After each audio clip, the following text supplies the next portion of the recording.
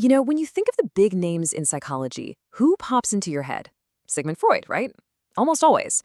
But what if I told you there was another doctor right there in Vienna at the same time whose ideas are, well, arguably way more relevant to our lives today?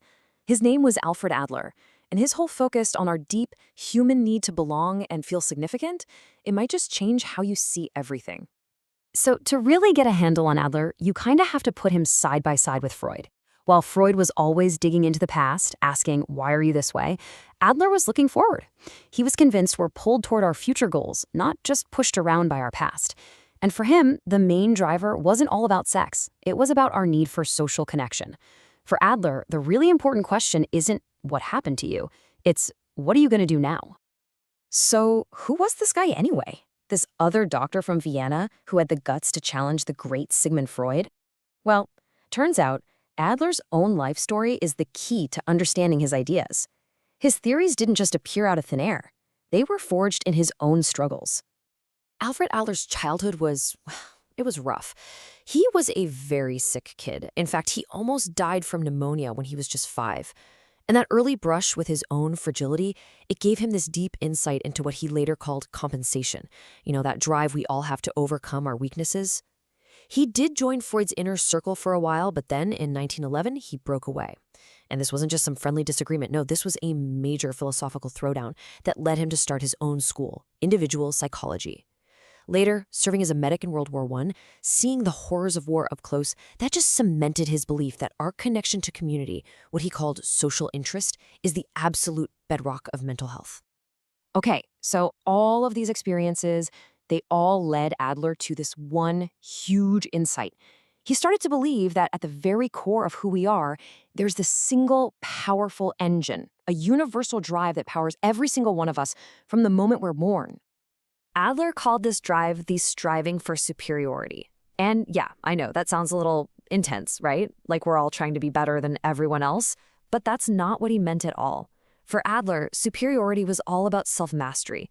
It's the journey we all take from what he called a felt minus, that feeling of being small and helpless as a kid, to a felt plus, where we feel competent, significant, and like we belong. It's really just the drive to become the best version of ourselves. And you can really feel the optimism in his own words here. This creative power, this is a total rejection of the idea that we're just stuck, doomed by our past. Adler's saying no. We are defined by this constant, forward-moving desire to grow, to achieve, and to turn our losses into wins. Okay, this next slide is huge because it clears up a really common mix-up. For Adler, just feeling inferior isn't a problem at all. In fact, it's the fuel for growth. It's the spark that makes us want to get better. The problem is when that feeling gets stuck and hardens into an inferiority complex, that deep belief that becomes an excuse to just stop trying. So if we're all running on the same engine, the same drive to go from minus to plus, why do we all look so different doing it? Well, Adler's answer is that each of us creates our own unique map for getting there. He called it our lifestyle. Think of the lifestyle as your personal operating system or your own private rulebook for how life works. And get this, Adler believed we basically write this rulebook by the time we're 5 or 6 years old. It's all based on our private logic, our own unique take on our early experiences. And this blueprint, which is mostly unconscious, guides everything we do as we try to feel safe and significant in the world. Let's make this concrete. At the very top, you've got this big, often unconscious lifestyle goal. Let's say it's to please others. Okay, so that goal creates these hidden reasons or rules. Like, hey, if I'm always sensitive to what people need, they won't reject me. And that rule drives your immediate goals, your day-to-day actions, like automatically saying yes anytime a friend asks for a favor. See how it all connects? Our tiny choices are usually serving a much deeper belief about how to belong. So how does this actually show up? Well, Adler noticed we tend to lean into one of 4 main strategies, or personality priorities. First up is superiority. Again, this isn't about arrogance. It's about finding your worth by being the most competent, the most useful, the most right person in the room. The upside? They're super purposeful and driven. The downside? Massive stress and burnout from taking on way too much. What they're running from is the feeling of being meaningless. Next, we have the control priority. These are the folks who feel secure when they're in charge, setting the rules. They're reliable, they get things done.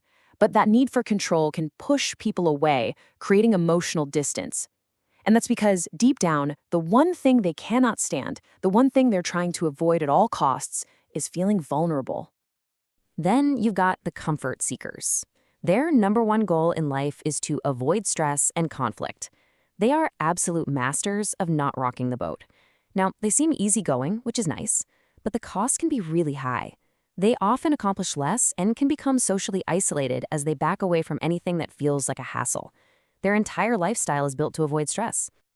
And finally, we have the pleasing priority. These are the people who find their place by putting everyone else's needs first. They're wonderfully cooperative and kind, but it comes at a huge personal cost. By always saying yes to other people, they're often saying no to their own development. And the tragic irony here is that by trying so desperately to avoid rejection, they can end up feeling resentful and alone, creating the exact outcome they were trying to prevent. Okay, so we've got all these different strategies, but it begs a really important question. Which ones are healthy and which ones aren't?